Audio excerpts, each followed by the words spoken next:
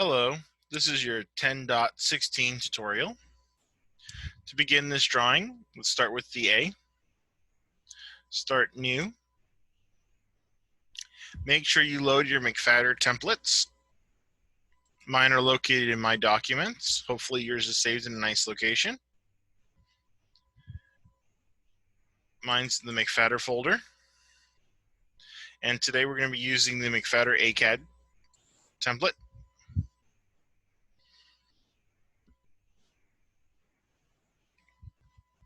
I'm going to turn off the grid so it's easier for the video. I'm also going to insert an image that you do not have to insert. This is just something that we can work on together using this instructional video. All right, so now we can see what we're going to be working on today. This is the 10.16. And even though you could do a multi-view of this, we're not. We're going to do it as a top view, and then we'll label the thickness for this piece. All right.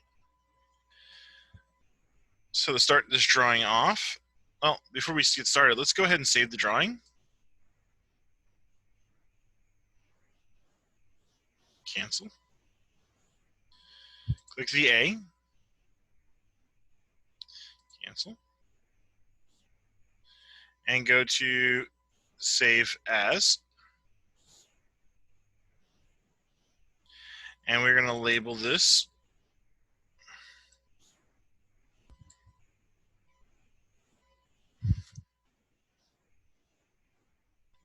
as the 10.16 and hit save.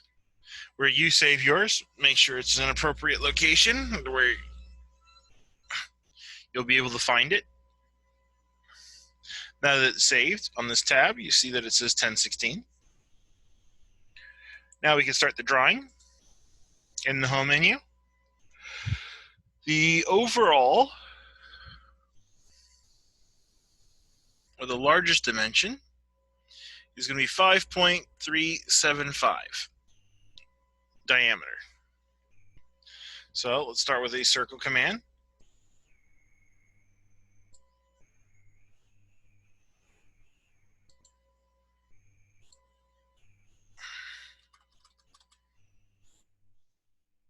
Circle, diameter.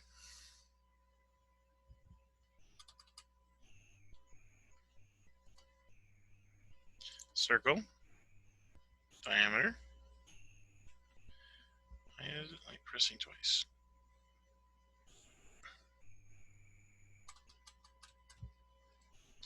Center scroll button twice. Zoom out. Diameter.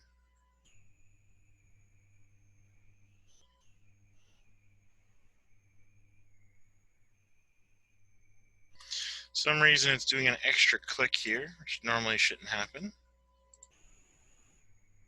Okay, that's weird. Then I'm going to pick a random point out here. I'll draw my circle. Circle diameter is 5.375. 5.375. Enter. Now, that little thing that was happening there was with a little glitch. Just goes to show sometimes the program can have bumps and bruises and weird things happen every once in a while. To make sure that I cleared out of that, I made sure to hit the escape key multiple times. And then waited for it to get back into working again. So if you do have too much of an issue, the escape key is your friend to go ahead and clear out any extra commands that are happening. All right, so I got my first circle here. Then the next circle is going to be a centerline circle. This is not a physical circle, but a reference for where all the holes will be drilled along the ring here. So I'm going to change my layer to center. Do the circle diameter tool. Click the center of the circle. And the diameter is 4.25. 4.25. Enter. And that's the center line where all the other circles are going to go. Then let's get the inner part right here. That inner part is dimensioned at 3 inches. So I'm going to change my layer back to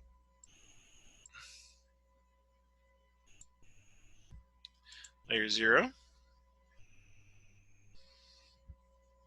And then do a circle diameter using the center point.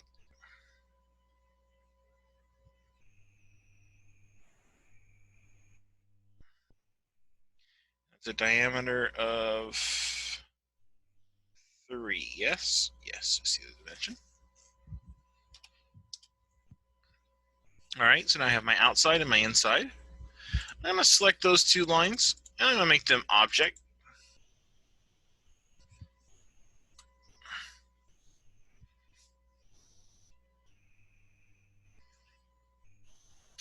Now I need to go ahead and work on the angles. Now this is an isometric drawing, so you have to be very careful how you perceive this.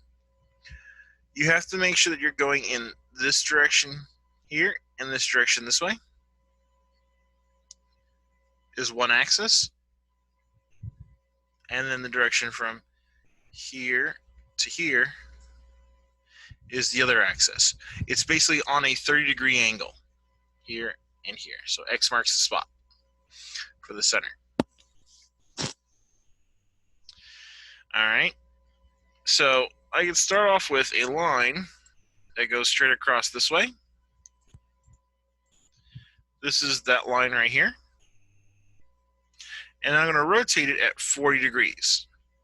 So I select that line, use the rotate tool, pick the center point as my base point, and then I'm going to type in 40, 40, enter.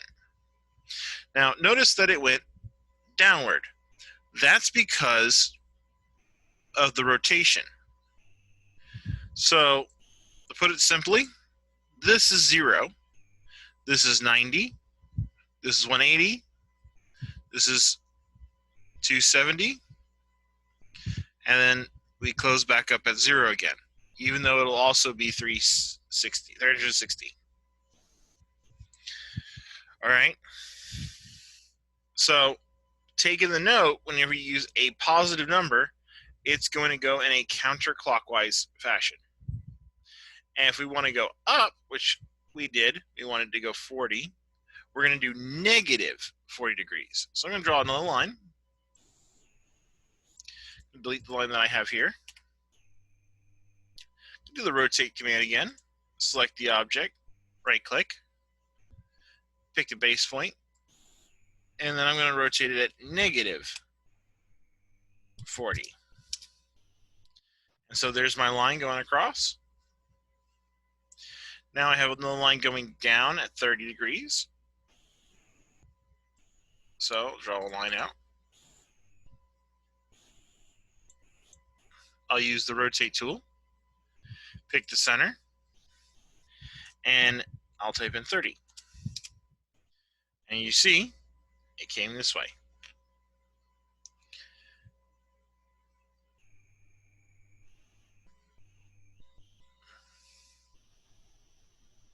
Now what I'm going to do is I'm going to select that line, the 30 line. I'm going to copy it. Using the copy tool, I'm going to select the center of the circle. Now, I have control of the object, okay, but I want to put it in the exact same spot. I'm going to duplicate that line by just selecting that endpoint again, okay? Once I'm done, I'm going to hit the escape key. The reason for that is this is going to continue around another 40 degrees. So I select the line. I say rotate, pick my center point, and type in 40, enter. And there's still the original line there, and this is the copy that I've just rotated. All right.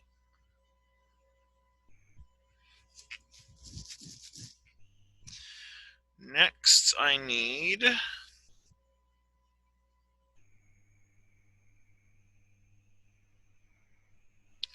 from the bottom straight down, 50 degrees. So I'm going to take a line straight down, select it, rotate, pick the center of the circle, and type in 50, enter. And there it is. Next we have from our 0, 30 degrees. Go ahead and put that one in. From a line here, straight across, select that line, rotate, select the center of the circle, and type in 30, enter. And the last one is just going to be a straight line coming up. So I'm just going to draw one line from here, straight up. All right, there we go.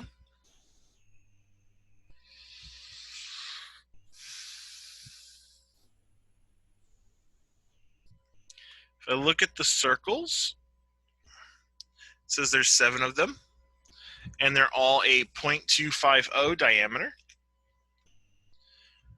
So I'll draw one circle using the diameter tool. Now I'm getting a quadrant. I could also get an intersection. All these are the same right here at this location. So there's my circle. The diameter is 0.25. 0.25, enter. And there's my circle. I can select this and hit the copy command and grab that point right here, the quadrant, and go to the intersection of each line, copying it, and placing it where it goes. Notice that this is coming down like this because I haven't turned ortho off. I don't need to turn ortho off because Object Snap breaks ortho.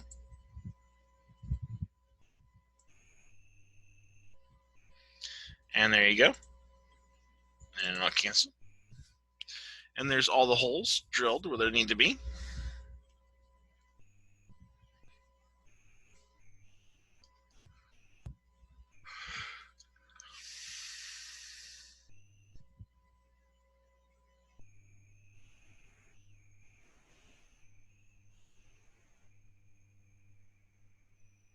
Now what I'm going to do is I'm going to start cleaning up the line work. I'm going to select these lines and change them to center lines. It's not very clear in the drawing, but we want to have a nice clean center lines coming across to all the holes. And I want to keep them all relatively the same size. So what I'm going to do is I'm going to draw a circle. There's no particular size for this circle. I'm just going to pull it out until I get a nice distance out from the object. And then I'm going to use the trim command, selecting this as my cutting edge. And I'm going to cut all those lines to the same length. Yours may vary. This is an undetermined length. Mine came out pretty clean, intersecting pretty nicely with the other pieces here.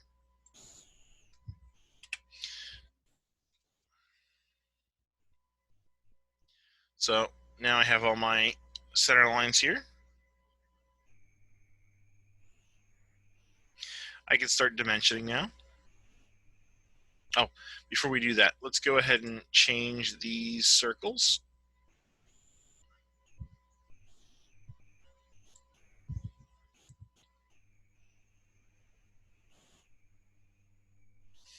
To object. So it's a solid part of the drawing.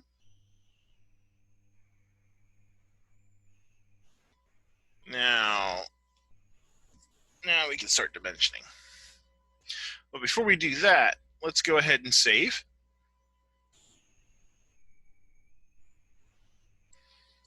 some reason it's double clicking on that A. I don't want to do that. So I'm going to save.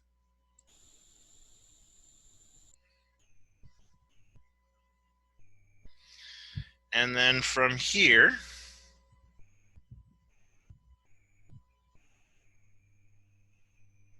let's take a look at our sheet sizes. Let's look at an 8.5 by 11. Click inside the viewport. Hit the center scroll button twice. Now, when you do that, yours is going to go full to the page. Okay. On mine, because I have that little image here reference, when I double click, I get that image in as part of my drawing. I'm going to zoom into the area we're working in now. And I'm going to check the scale at 1:1.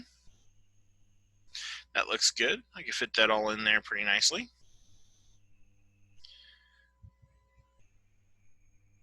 All right, so our scale is determined at 1:1. We go back to model. And I'm going to turn on Anno layer. And I'll start dimensioning. From here to here.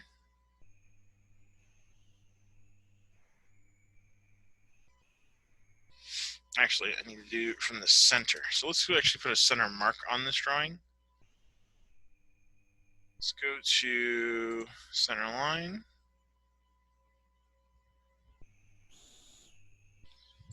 And let's go to annotate, center mark, and click the largest circle. That puts in nice center lines there. Which, matter of fact, I'm going to take out the extra line going up the top. And we can actually see a nicer distance here. So what I'm going to do is I'm going to do that circle again. And draw it from the center point. Radius. Escape. Circle radius. So using the circle radius, going from the midpoint to the end point of the line. That breaks us a circle there. I'm going to use the trim command. Using that line as a cutting plane to cut away at all those distances. Center lines.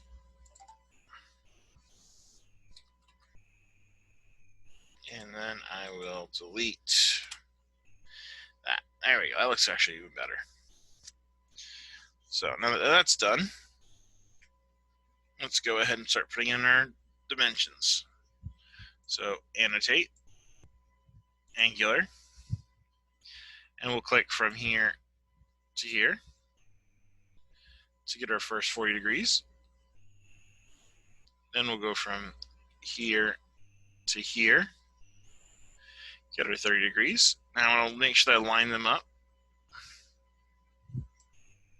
Sometimes when they snap on the upper part, which is not what we want. So what we can do to get around with this is we'll delete that, angular dimension, go from 1 to 2, and we'll place it here for now, select it,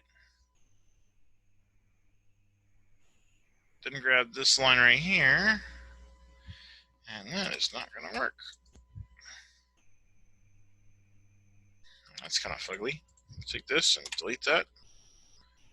Angular dimension from here to here. I want it to line up, but I want it on this side. So I'm going to use that projection and snap to it below. Okay, so that's using show snap reference lines to line that up.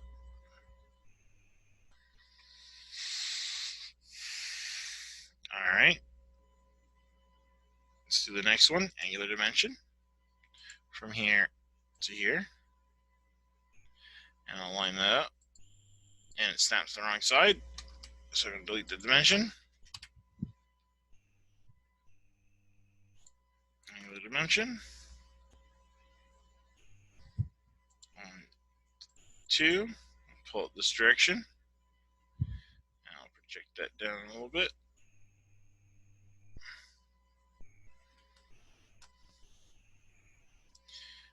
I could eye it, get it pretty close, and place it there. All right.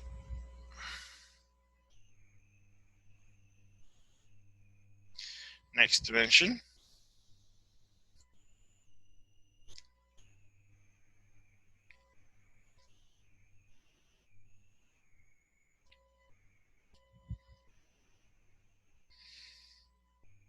And the 50.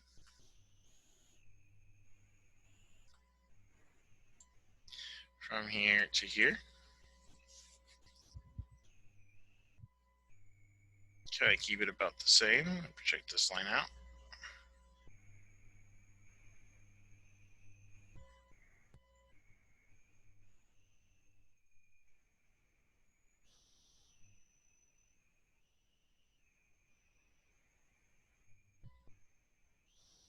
Now, one thing I could do that actually would make this look a lot nicer.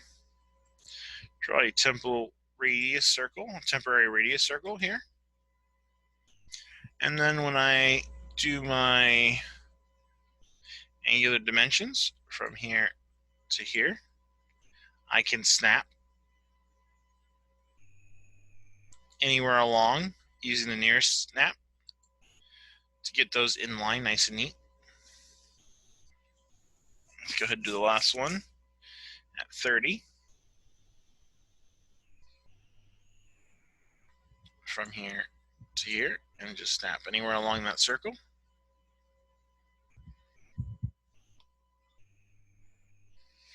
Looks like it. And I'll take the circle out. And there we go, nice and clean.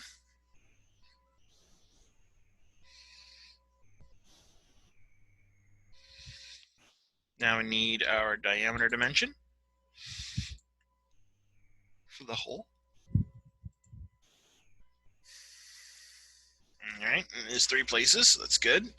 We're going to add the note times 7.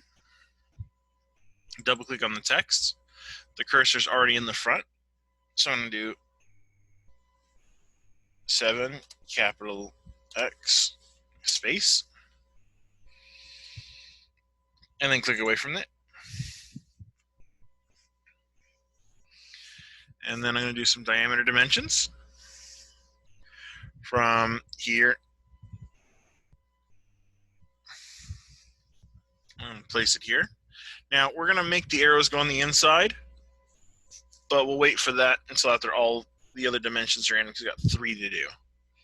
So let's go ahead and put the rest of the dimensions in. We have the inner hole on this side. And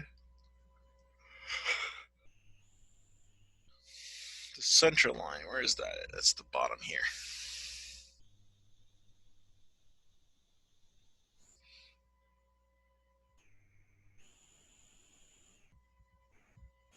Okay. Now I'll select these 3 dimensions. Right click, properties. First thing I want to do is I want to turn off our center mark. I've already put one in, so I'm going to leave it as none.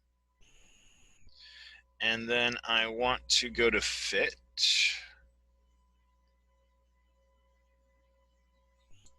Dimension line force on. And with that set, it forces the lines on the inside.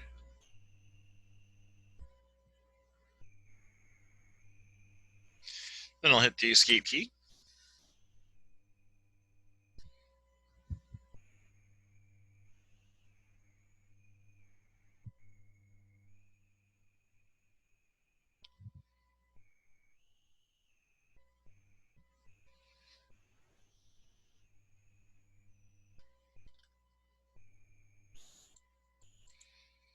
Just check one more thing.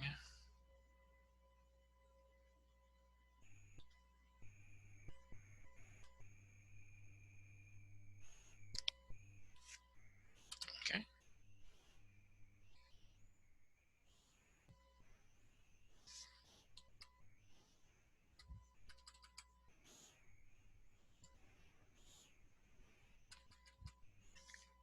All right, so we're all good.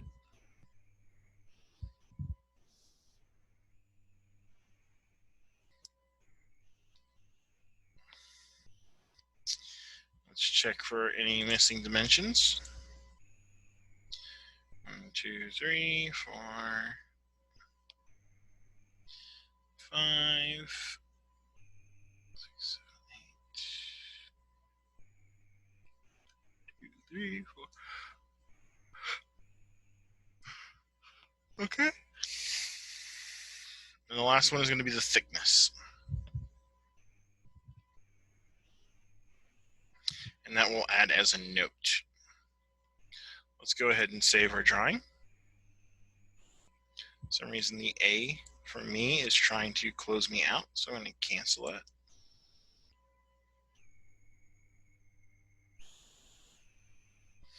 Click the A, holding the button down.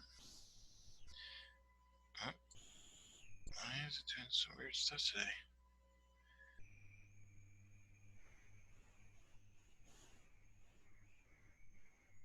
Let's go to save. All right, now we save that. Let's go to our sheet, take a look at that.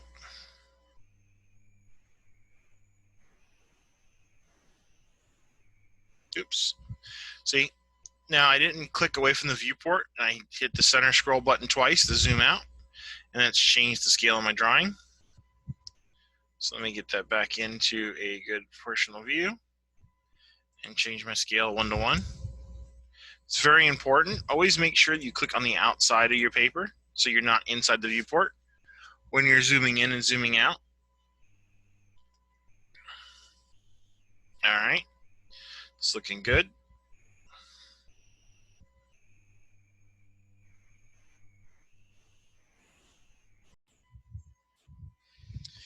All right, so the next step we're going to do is add the note of how thick the piece is.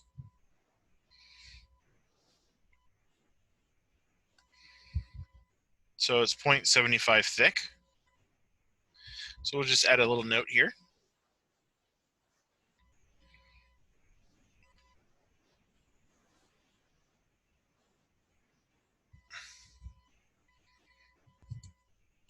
Click on multi-line text.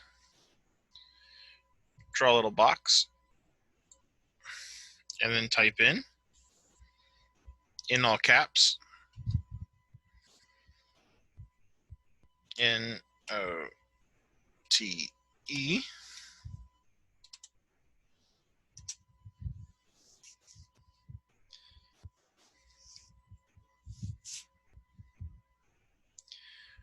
Point 75 thick, T H I C K. All right, and then click away from that. And then we can go ahead and look at our drawing. And there's our note.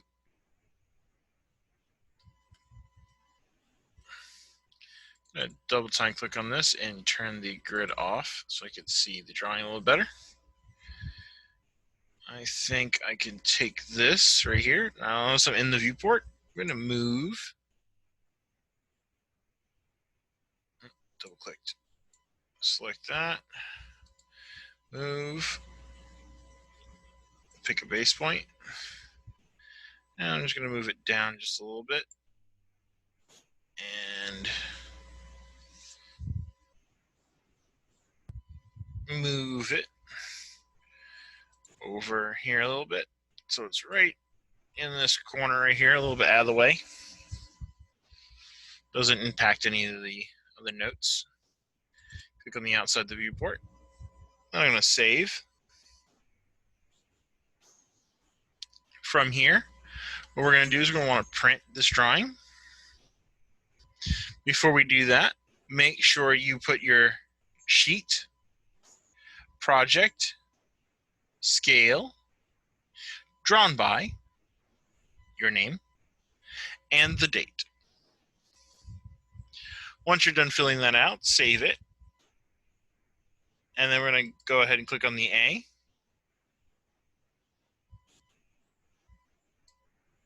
Oops. It keeps trying to close out on me for some reason. Let's cancel that. Okay, that. Hit the escape key. And I'm going to go to print. Okay, continue with single sheet. If you use the correct template, you'll be at drawing PDF, monochrome. Go to preview. Take a look at the drawing. See everything looks good. Then you go ahead and exit out of that. And then you'll hit the OK button. Once you hit the OK button, you'll be prompted to save the drawing as a PDF. Make sure the file is saved in the proper location to where you can then later turn it in per Mr. Regis's instructions. This has been your 10.16 tutorial, and I'll see you in the classroom. Bye-bye.